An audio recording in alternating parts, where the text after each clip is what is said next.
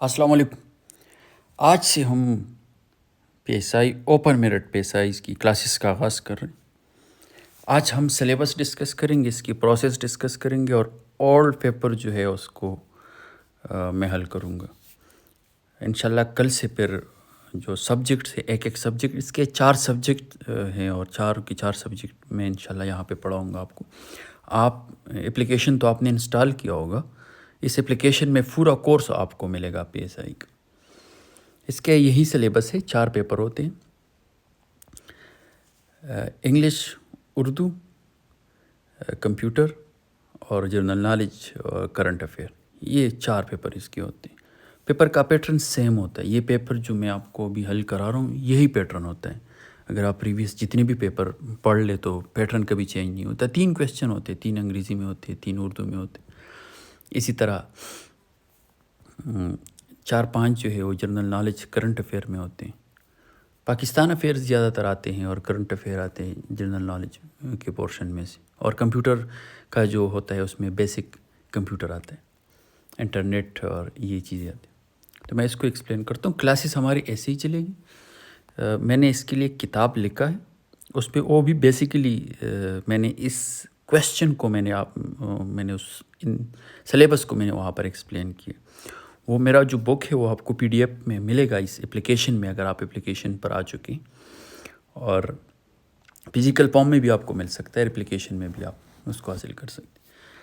اس کے ساتھ اس بار جو آپ کا ٹیسٹ ہوگا نا، اس میں اسکریننگ ٹیسٹ نہیں ہوگی۔ ابھی تک جو پالیسی وہ یہی ہے کہ اسکریننگ ٹیسٹ نہیں ہوگی، ڈائریکٹ جو ہے نا پیپر ہوں گے۔ تو اسکریننگ ٹیسٹ کے لیے جو لوگ کہہ رہے ہیں کہ جی ہم نے اس کی تیاری کرنی ہے، تو اس کی تیاری کی کوئی ضرورت نہیں۔ آپ ڈائریکٹ جو ہے نا آپ کا ایگزام ہو، کیونکہ پہلی بار اسکریننگ ہوئی تو اس پر بہت بڑا مسئلہ ہوا تھا، اور پھر اس کے لیے جو ہے قانون سازی کی گئی، بہت بڑی ایشوز ہوئے تھے، کیونکہ لوگ اسکریننگ کے خلاف آئے تھے۔ تو اسکریننگ نہیں ہوگا، ڈائریکٹ آپ کی ریٹن پورشن ہوگا، اور ابھی تک یہی پالیسی ہے۔ آئی ڈونٹ نو کہ آگے اگر کوئی پالیسی آتی ہے نہیں تو آپ کے سامنے ہوگی، انشاءاللہ میں آپ کو انفارم کرتا رہوں گا، لیکن ابھی تک جو میری بات ہوئی جو پالیسی ہے وہ یہی ہے کہ ڈائریکٹ پیپر ہی ہوں گے۔ پہلا پیپر آپ کا جو ہوتا ہے وہ انگلش کا ہوتا ہے۔ انگلش کمپریہنشن ہے، سلیبس میں انگلش کمپریہنشن لکھا ہے اس کی۔ انگلش کمپریہنشن کا مقصد یہ ہوتا ہے کہ آپ کو انگریزی آتی ہے کہ نہیں آتی۔ تو اگر آپ کو اگر ایگزامینر نے آپ کو انگریزی چیک کرنی ہے نا، تو کیا چیک کریں گے؟ آپ کی رائٹنگ چیک کریں گے نا، آپ کی رائٹنگ چیک کریں گے نا کہ آپ لکھ سکتے ہیں انگریزی کہ نہیں لکھ سکتے۔ اس کے علاوہ آپ کی انڈرسٹینڈنگ چیک کریں گے نا کہ آپ انگریزی کے کسی پیراگراف کو پڑھ سکتے ہیں کہ نہیں پڑھ سکتے، ٹرانسلیٹ کر سکتے ہیں کہ نہیں کر سکتے، کچھ ورڈز کے بیچ میں ڈفرینس معلوم کر سکتے کہ نہیں کر سکتے۔ تو یہی کویسچن ہوتے، 3 کویسچن ہوتے ہیں انگلش پیپر میں، اور یہ 3 ہی ہوتے، اس کو چینج نہیں کیا۔ یہ میں 2014 والی پیپرز ابھی آپ کو کراؤں انشاءاللہ، اس کے بعد 2018 والی پیپر بھی میں آپ کو کرا دوں گا، اس کو بھی میں حل کرا دوں گا۔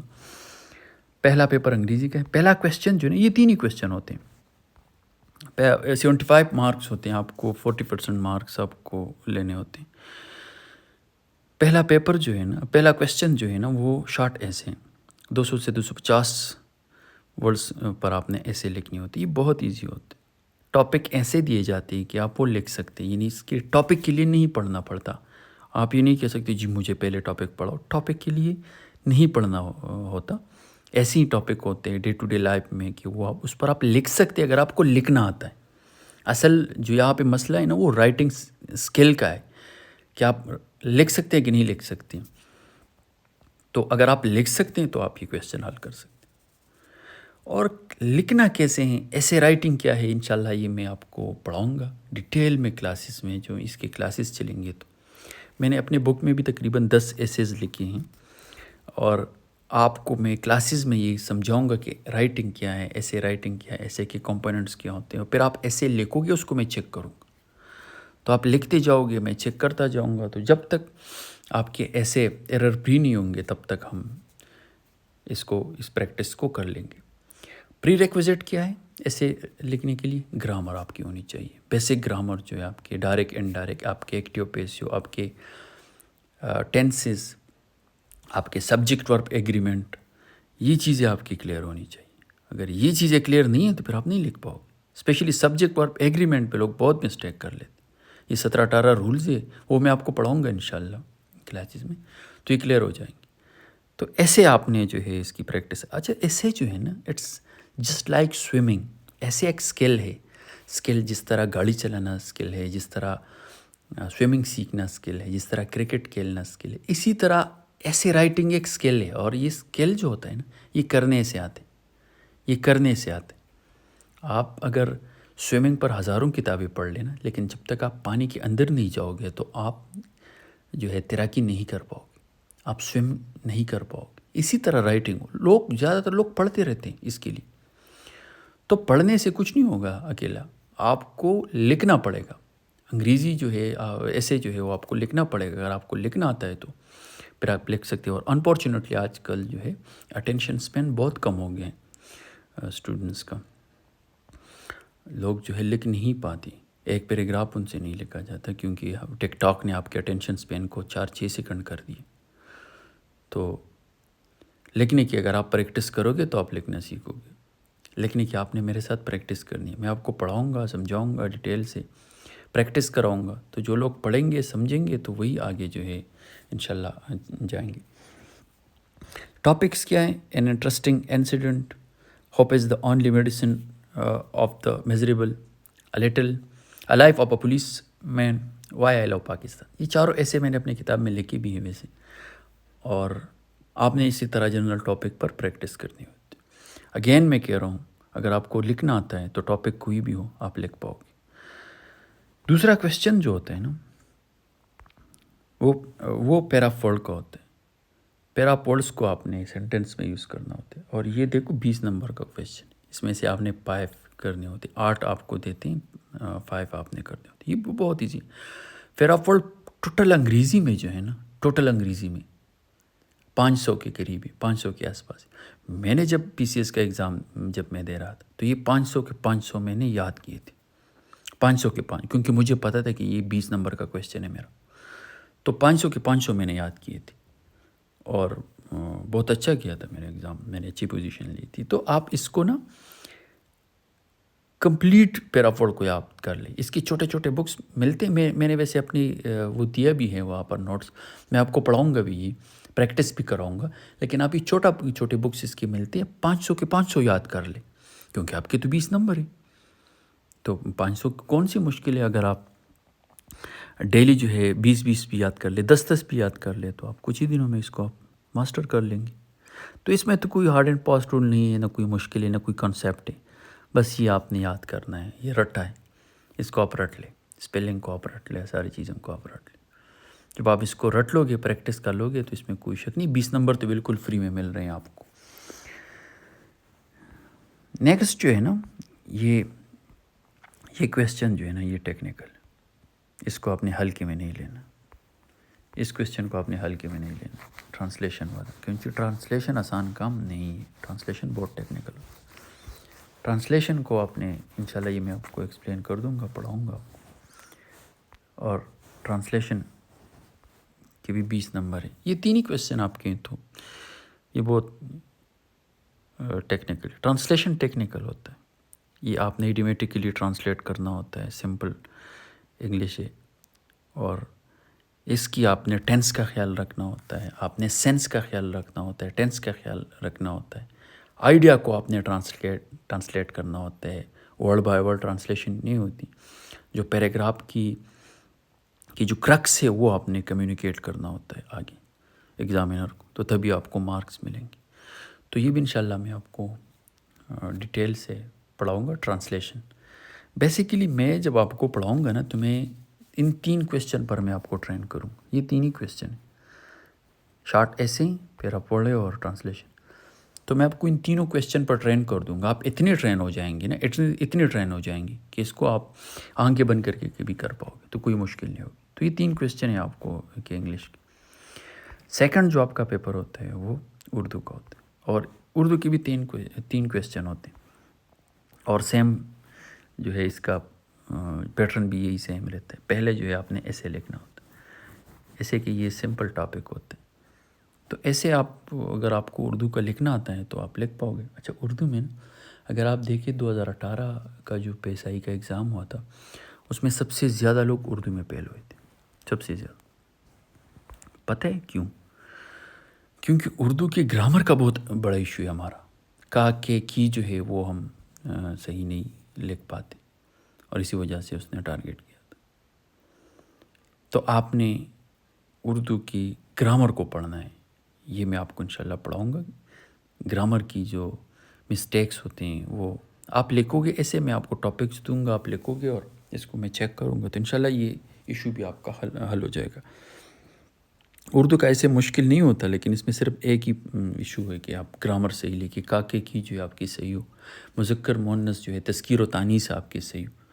کیونکہ اردو زبان میں ایک مسئلہ یہ بھی ہے نا کہ اس میں جاندار اور بے جان چیزوں کے بھی جو ہے تذکیر و تانیث ہوتے ہیں، تو وہ مسئلہ ہوتا ہے. وہ پھر ہم اسپیشلی جو پٹھان ہوتے ہیں، پشتون ہوتے ہیں، اس کو آئیڈینٹیفائی نہیں کر پاتے، تو یہ ایک مسئلہ بن جاتا ہے پھر. تو اس کو اردو گرامر کو آپ نے پریکٹس کرنی، میں انشاءاللہ یہ آپ کو سمجھاؤں گا. جو دوسرا کویسچن ہوتا ہے نا، وہ ورڈ میننگ کا ہوتا ہے. یہ بہت ایزی ہوتا ہے، اس میں کوئی مشکل نہیں ہوتی.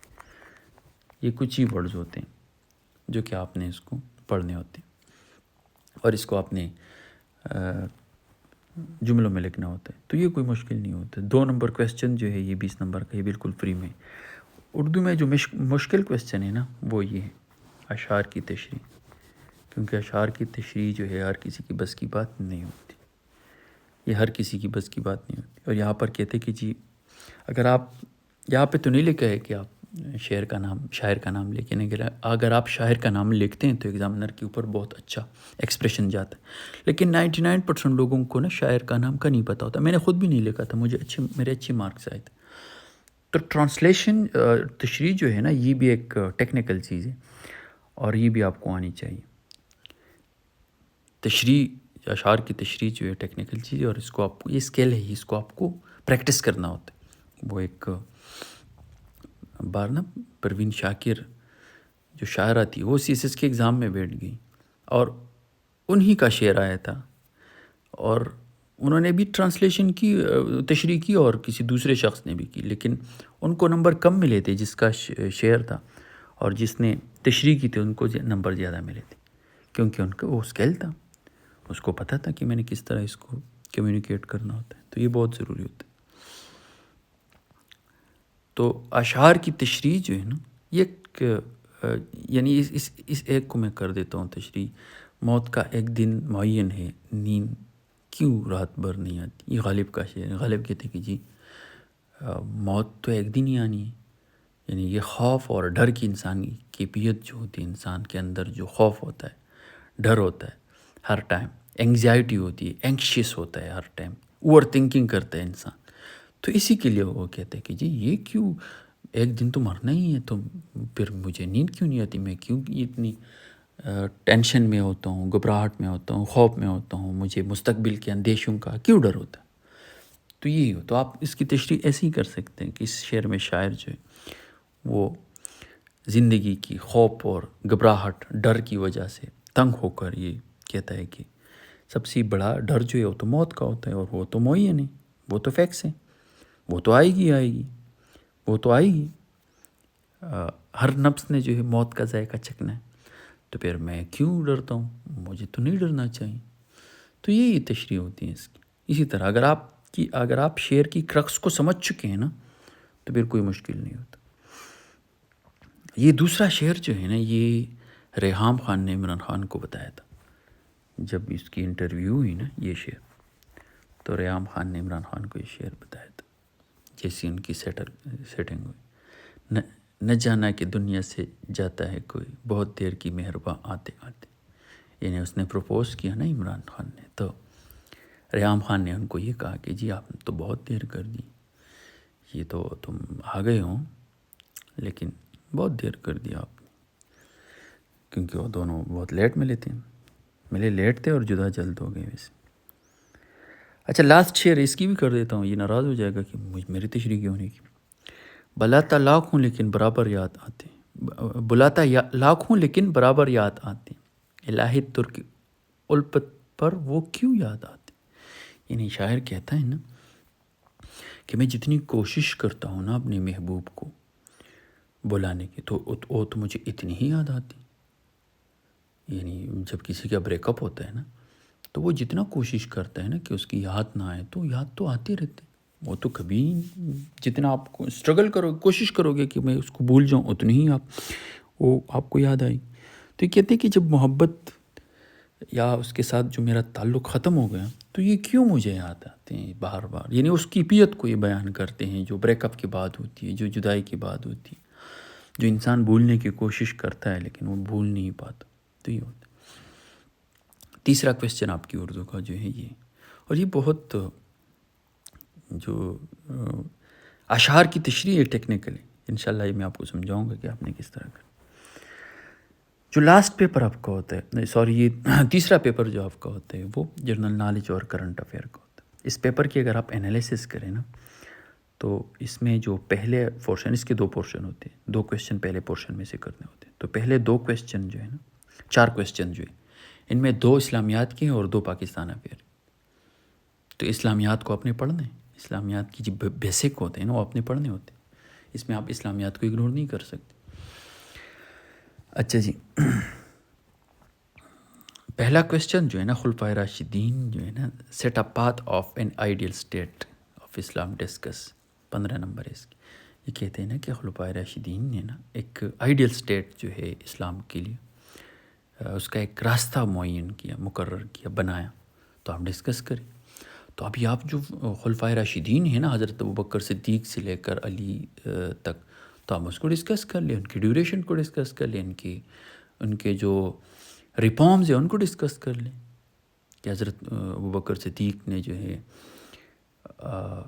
قرآن کی کمپائلیشن شروع کر دی، زکوٰۃ سے جس نے اختلاف کیا اس کے خلاف جہاد کر دیا، اللہ کے رسول صلی اللہ علیہ وسلم کے بعد جو ہے فتنے کھڑے ہوئے تھے، نبوت کے دعوے لوگوں نے کیے تھے، مسلم بن کذاب اور اس طرح لوگوں نے، تو ان کو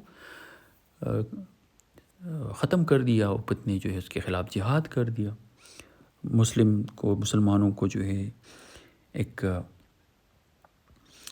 یونٹی دی۔ تو یہ ان کے کارنامے۔ پھر آپ حضرت عمر فاروق کی لکھتے کہ جی انہوں نے انسٹیٹیوشنز بنائے، محکمہ مال بنایا، پولیس بنائی، فوج بنائی، انہوں نے جو ہے ریفارمز کیے، ایک آئیڈیل اسٹیٹ جو انہوں نے سیٹ کیا۔ پھر آپ عثمان کی لکھتے کہ انہوں نے قرآن جو ہے فائنلی ان کے دور میں جو ہے کمپائل ہوا، اور آگے سے جو ہے اس نے اسٹیٹ کو بہت اچھی طریقے سے چلایا۔ علی کی آپ لکھتے ہیں، ان کی جو ڈیوریشن ہے ان کو آپ لکھتے۔ تو یہ پہلا کویسچن آپ کا اس طرح حل ہو۔ دوسرا جو ہے نا، یہ پاکستان افیئر کا ہے، discuss the character and achievements of Liaquat Ali Khan as a prime minister of Pakistan. تو پاکستان کا پہلا پرائم منسٹر لیاقت علی خان تھا۔ ان کی یہاں پر 2 کویسچن ہیں، ایک تو آپ نے اس کی کریکٹر کو بھی جو ہے ڈسکس کرنے اور اچیومنٹس کو بھی، یہ دو چیزیں ہیں۔ اگر آپ نے ایک کو کیا اور دوسرے کو چھوڑ دیا تو آپ کو آدھے مارکس ملیں گے۔ کریکٹر کیا ہے؟ لیاقت علی خان تو ایک کمپیٹنٹ آدمی تھا نا، یہ تو پارٹیشن سے پہلے بھی جو ہے کیبنٹ میں رہا تھا، وہاں پر وزیر خزانہ تھا، جو متحدہ ہندوستان میں حکومت بنائی گئی تھی، قائد اعظم کا ایک بہت قریبی دوست تھا اور کمپیٹنٹ آدمی تھا۔ تو کریکٹر تو آپ اس کے یہی لکھتے کہ جی یہ تو پاکستان قائد اعظم کا ایک قریبی دوست تھا، اور بیفور پارٹیشن بھی اس نے جو ہے ایک منسٹری بنائی تھی اور وہاں پر اچھا کام کیا تھا، اور ایک اچھا کمپیٹنٹ آدمی تھا۔ اور اچیومنٹس تو اس کے یہی ہے کہ جی آبجیکٹیو ریزولوشن دیے آپ کو جو ہے پہلا جو ہے اس نے جو ہے یو ایس کا دورہ کیا، جو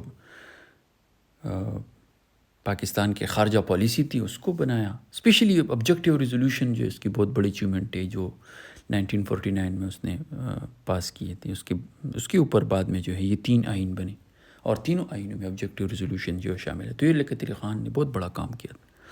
تو آپ لیاقت علی خان کے شارٹ جو ہے اس کی اچیومنٹس لکھتے ہیں۔ اور نیکسٹ جو ہے غزوہ،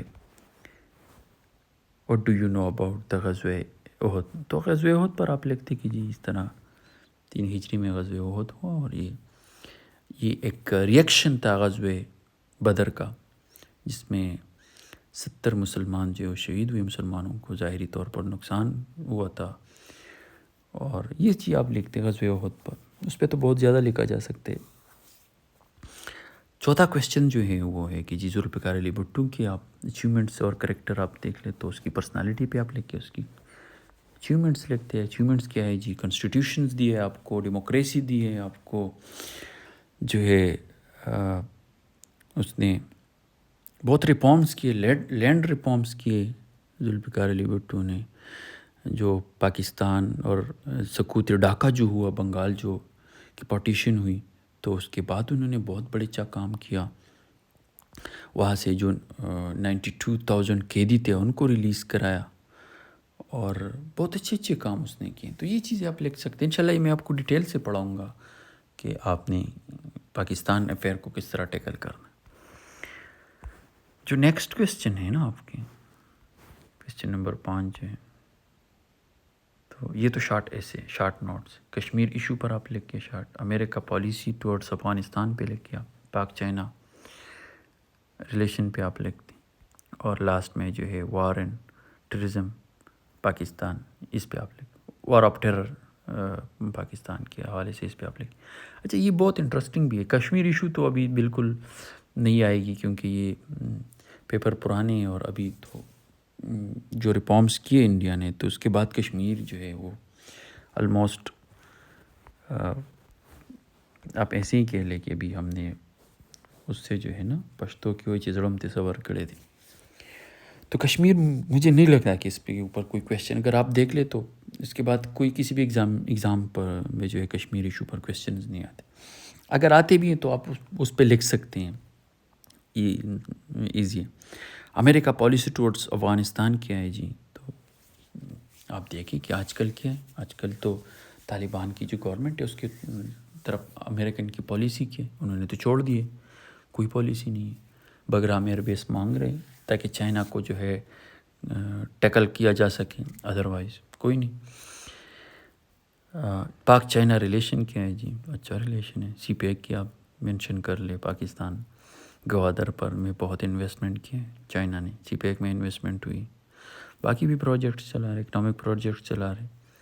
انٹرنیشنل ریلیشن میں یو این ایس سی میں جو ہے چائنا ایک پرماننٹ ممبر ہے، P5 میں آتا ہے، V2 پاور ہے ان کے پاس، تو وہ پاکستان کو سپورٹ کرتے، انٹرنیشنل ڈپلومیٹکلی سپورٹ کرتے ہیں، انڈیا کے خلاف ہمیں سپورٹ کرتے ہیں. تو بہت اچھی کارڈیل ریلیشن ہے چائنا کے ساتھ پاکستان کی. اور وار آن ٹیرر یا وار آف ٹیررزم، پاکستان جو ہے، پاکستان تو لڑ رہا ہے، یہ جنگ 2000 سے لڑ رہا ہے. بہت جانی شہید ہوئی، پاکستان نے بہت نقصان اٹھایا. اور ٹیررزم جو ہے، آپ اس طرح نا تھوڑا سا نیوٹرل ہو کے لکھیں کہ یہ ایک انٹرنیشنل ایشو ہے. پاکستان 20 کو فرنٹ لائن کنٹری ہے. یہ 9/11 کے بعد جو ہے پاکستان نے ٹیررزم کے خلاف آپریشن شروع کیا، تو اس کی جو سزا ہے، اس کی جو ریپرکشنز ہیں، وہ آج بھی آپ نے اس میں کسی اسٹیٹ، اپنے پاکستانی اسٹیٹ پر آپ نے وہ گڈ طالبان بیڈ طالبان یا آپ نے اس طرح کوئی بات نہیں لکھنی ہے جو کنٹروورشل. آپ نے جو ہے نیوٹرل وے میں اس کو ٹیکل کرنا ہے. کنٹروورسی آپ نے کریٹ نہیں کرنی، کیونکہ ایگزامینر جو ہے وہ اسٹیٹ کے خلاف نہیں سنے گا، پھر آپ کو مارکس نہیں ملیں گے. تو یہ چیزیں آپ لکھتے ہیں. انشاءاللہ اس پر بھی میں آپ کو تیار کر دوں گا، پاکستان افیئر پر، کرنٹ افیئر پر. اور میں نے جو بک لکھا اس میں نے یہ سارے ٹاپکس جو کور کیے. جو لاسٹ پیپر آپ کا ہوتا ہے نا، وہ کمپیوٹر کا ہوتا ہے. اور کمپیوٹر کا پیپر سب سے آسان بھی ہوتا ہے، سب سے مشکل بھی. لیکن اس میں ایک ٹرک ہے جو لوگ اس کو اگنور کرتے ہیں. کمپیوٹر کی یہاں پر تھیوری آتی، پریکٹیکل نہیں آتی. اس میں اکثر وہ لوگ فیل ہو جاتے ہیں جو بہت اوور کانفیڈنٹ کہتے ہیں کہ جی ہم تو کمپیوٹر 10 سالوں سے چلا رہے ہیں. تو یہ چلانا نہیں ہوتا، یہ لکھنا ہوتا ہے. آپ پریزنٹیشن تو بنا سکتے ہیں نا پاور پوائنٹ، لیکن کیا آپ اس کے مراحل لکھ سکتے ہیں کہ ایک پریزنٹیشن کیسے بنایا جاتا ہے، اس کی کون کون سے کمپوننٹس ہوتے ہیں، پہلے کیا ہوتے ہیں، دوسرا کیا ہوتا ہے.